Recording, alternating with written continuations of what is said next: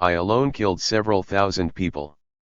Kill 3 or 4 people every day, cut out their internal organs, and place them in a solution.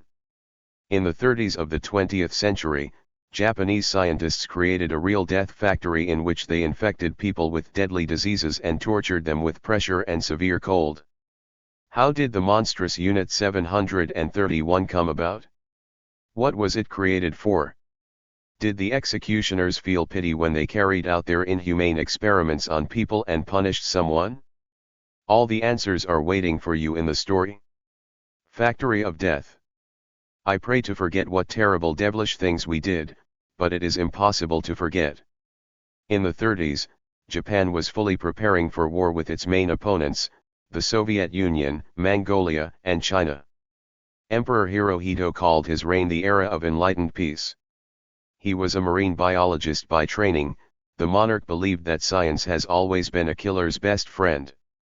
He believed that new medical discoveries would help eliminate thousands and even millions of enemies very quickly and cheaply. Hirohito decided, instead of spending a lot of money on rearmament of the army, he simply needed to create a biological weapon that would be capable of destroying any enemy through poisoned water and air. In 1932, the emperor ordered Colonel and the best microbiologist of the empire, Shiro Ishii, to build a secret laboratory complex in occupied Manchuria. The location was not chosen by chance. In the event of an accident at the facility and a leak of life-threatening substances, only the Chinese from the occupied territory would be harmed. Funds for the construction of the death factory poured in like a river. Soon there appeared an airfield, crematoria, a prison, a temple, and even a stadium. It was in this place that more than 3,000 employees of Detachment 731 began to conduct monstrous experiments. The location made it easy to catch subjects for experiments right on the streets of the city of Harbin, which was founded by immigrants from Russia 40 years earlier.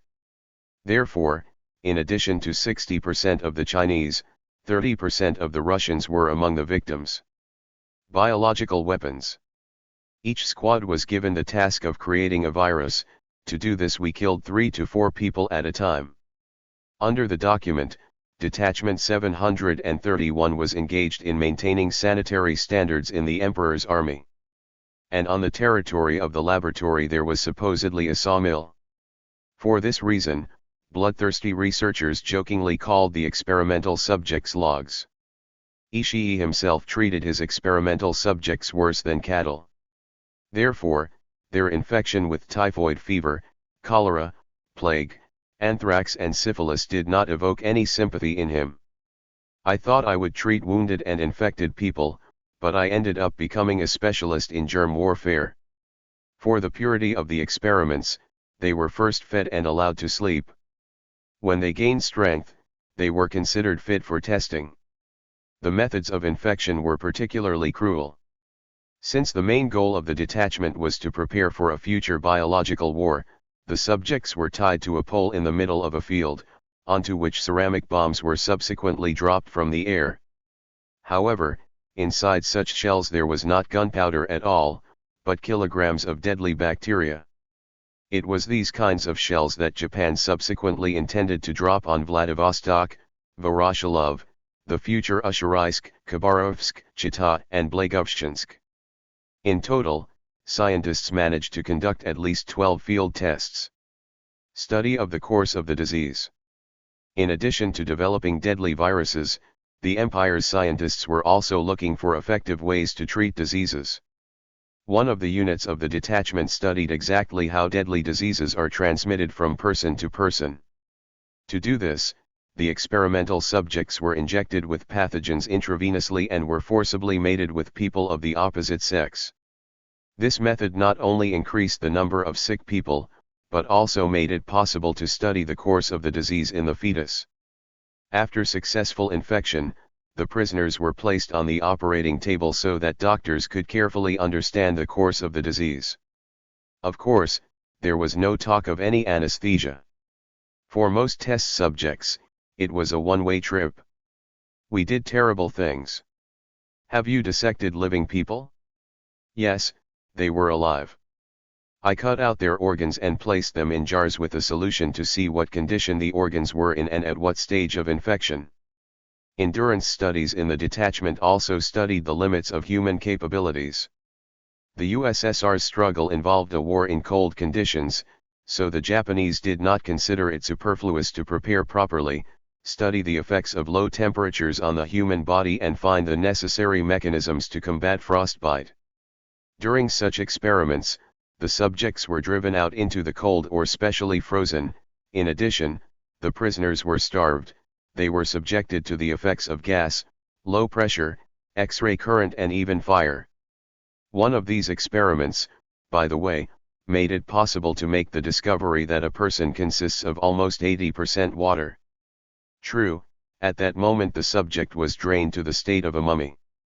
At some point, the distraught scientist became completely excited and began to conduct experiments that had no practical meaning.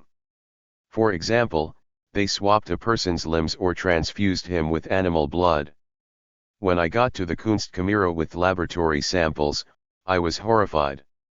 Is this really necessary?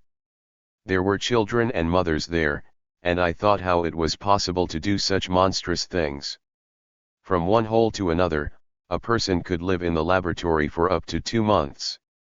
Some subjects managed to hold out for a whole year, but during the entire existence of the complex, none of the prisoners left it alive. Another big shock was when we collected bones in the crematorium where the test subjects were burned. Japan was an ally of Germany, and the USSR was an ally of the USA and Great Britain. And we had to eliminate the source of military danger in accordance with the Yalta Agreements. In 1945, the Soviet army entered Manchuria, but it failed to save the prisoners, they were destroyed along with the buildings of the complex. Thus, the fleeing occupiers tried to hide the traces of their atrocities. Of all those involved in Detachment 731, only 12 people were in the dock in Khabarovsk. The Soviet court determined for them terms of imprisonment from 2 to 25 years. The Khabarovsk trial was open, but the meetings took place in a fairly small hall, so a loudspeaker was placed outside, through which all the proceedings of the trial were broadcast. A crowd of people, impressed by such monstrous details, could not hold back their tears, gathered in the square near the building of the officer's house, where the trial was being held. Much more fortunate was the part of the detachment that fell into the hands of the American government. Among them was Ishii himself, and he knew exactly how to ensure freedom for himself and his colleagues. And the US authorities were not at all against it. One of the reasons is laboratory research, in which significant results have been achieved. The American government said, "Give us all the results of the research, in exchange for the fact that you will not be tried under the war crimes law and will keep everything secret." Using biological weapons, the Japanese killed more than 200,000 Chinese during the war, but due to carelessness and imperfect technology, almost 2,000 Japanese died from their own developments. In the Detachment 731 complex itself, according to various estimates, from 3 to 10,000 people were killed. Japan's actions became one of the reasons for the creation of an international convention on biological weapons, which prohibits the development, production, and stockpiling of this type of weapons. The document came into force on March 26, 1975. To date, 170 countries have signed it, but despite this, even now cruel tests can be carried out in laboratories around the world under the heading of top secret. Who do you think can develop biological weapons? Could it be used by someone in modern times? Write your opinions in the comments.